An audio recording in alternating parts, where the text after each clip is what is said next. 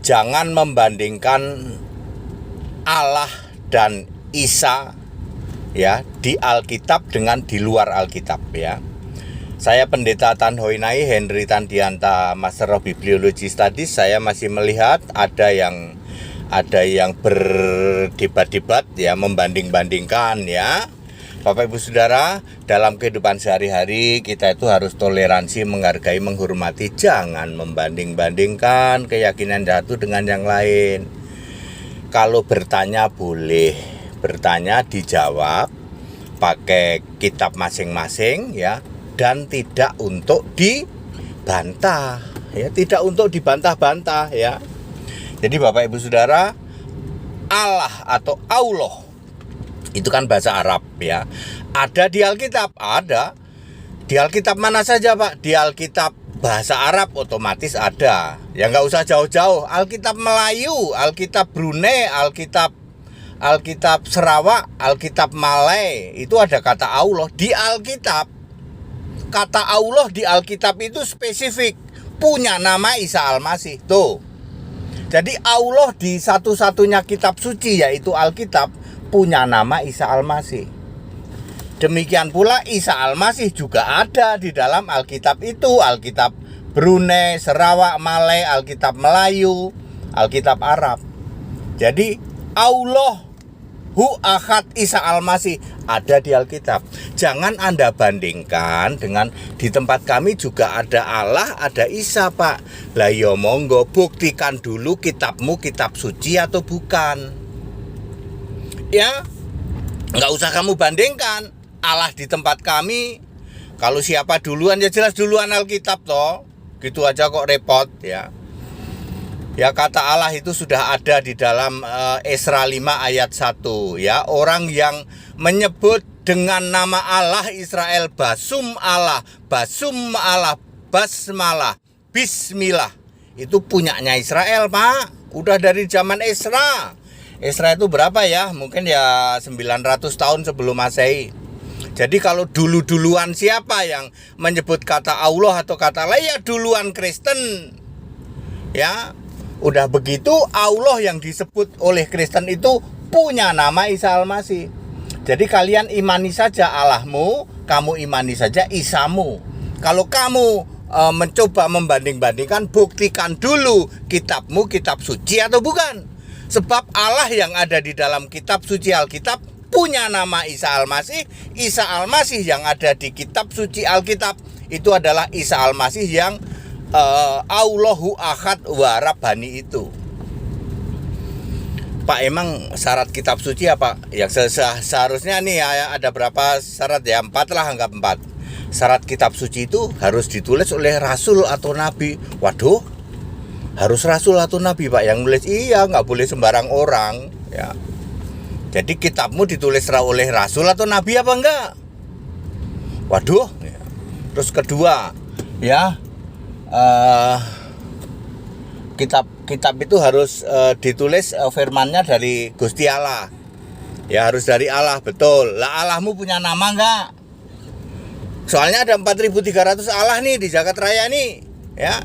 Jadi sebuah kitab suci harus diturunkan atau difirmankan oleh Allah yang spesifik punya nama. Kemudian yang ketiga, harus ditulis dengan ilham, wahyu, dan dikuasai roh. Oh, jadi bukan didikte oleh malaikat Pak? Ya enggak lah ya. Kemudian yang keempat ya, harus disimpan atau harus dijaga oleh Allah sendiri dengan cara tulisan asli Alkitab kitab suci itu disimpannya di surga. Yang ada di bumi ini adalah Alkitab terjemahan ke semua bahasa bangsa-bangsa. Itu baru kitab suci. Jadi kitab suci Alkitab aslinya dalam bahasa Ibrani Perjanjian Lama dan bahasa Yunani Perjanjian Baru disimpan di surga. Itu bukti bahwa Alkitab itu kitab suci. Di dalam Wahyu 11 ayat 19 ya. Allah sendiri yang menyimpan ya, yang menjaga kitab suci. Kitab suci itu firman dari Allah kok. Ya pantas yang jaga Allah sendiri. Ditaruh di surga. Lalu yang beredar di bumi ini adalah terjemahan di dalam bahasa bangsa-bangsa. Allah yang benar itu bisa semua bahasa. Ya, di dalam Kejadian 19 ayat 7, 8, Kejadian pasal 11 ya, ayat 7, 8, dan 9 ya. Itu justru Allah itu mengkacau balaukan bahasa supaya terjadi berbagai bangsa dan bahasa. Allah tidak mau di jagat raya ini cuma satu bahasa ya. Allah yang benar mengerti semua bahasa dunia. Siapa Allah yang benar? Pak Yesus Kristus. Jadi clear Bapak Ibu Saudara, jangan membanding-bandingkan. Kalau di kitabmu ada Allah, silahkan. Punya nama gak Allahnya? Oh berarti beda ya sama Allahnya orang Kristen ya. Ya. Kalau di kitabmu ada Isa, ya, Isa, ya oke, sama nggak dengan Isanya di Alkitab? Kalau Isa itu Allah loh di Alkitab loh, Tuhan Allah loh, ya, Allah segala Allah, ya, Tuhan segala Tuhan loh, Isa Al-Masih itu. Beda Pak, ya sudah ya, nggak usah kamu banding-bandingkan, kamu imani saja. Di samping itu tugasmu adalah membuktikan apakah kitabmu itu kitab suci atau tidak. Sebab kitab suci di jagat raya cuma ada satu. Nggak mungkin di jagat raya ini ada kitab suci lebih dari satu. Allah kan cuma satu ya, kitab suci ya cuma satu. Gusti Allah itu cuma satu, engkang kagungan asmo. Ada 4.300 keyakinan di jagat raya. Satu-satunya Gusti Allah yang punya nama ya cuman Gusti Allahnya orang Kristen. Ya, ada 4.300 yang lainnya. Ya, bisa nggak Anda menyebutkan nama Allahmu? Maka dari itu agama juga cuman ada satu, agama Yahudi. Kitab suci ya cuman kitab suci ada satu, yaitu Perjanjian Lama untuk Yahudi dan Perjanjian Baru untuk Kristen. Makanya Yahudi itu pasti jadi Kristen kalau Yahudi yang asli. Orang Yahudi udah pada mati. Sekarang ada Yahudi Kristen 4% di sana, di negara Arab. Sisanya adalah Yahudi palsu ya, Yahudi palsu jemaah iblis. Jadi clear toh? Ya. Kitab suci hanya ada satu. Nah, maka dari itu kembali saya selalu mengingatkan, di dalam kehidupan dunia ini kita saling menghargai, saling menghormati.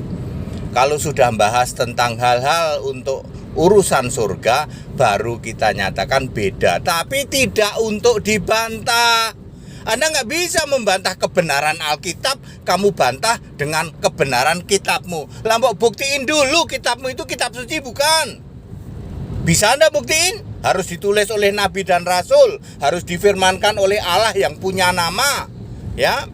Kemudian harus dengan cara ilham wahyu yang dikuasai roh. Terus kitab yang asli harus disimpan di surga. Itu bukti bahwa itu firman Allah. Allah menjaga firman-Nya. Matius 24 ayat 35.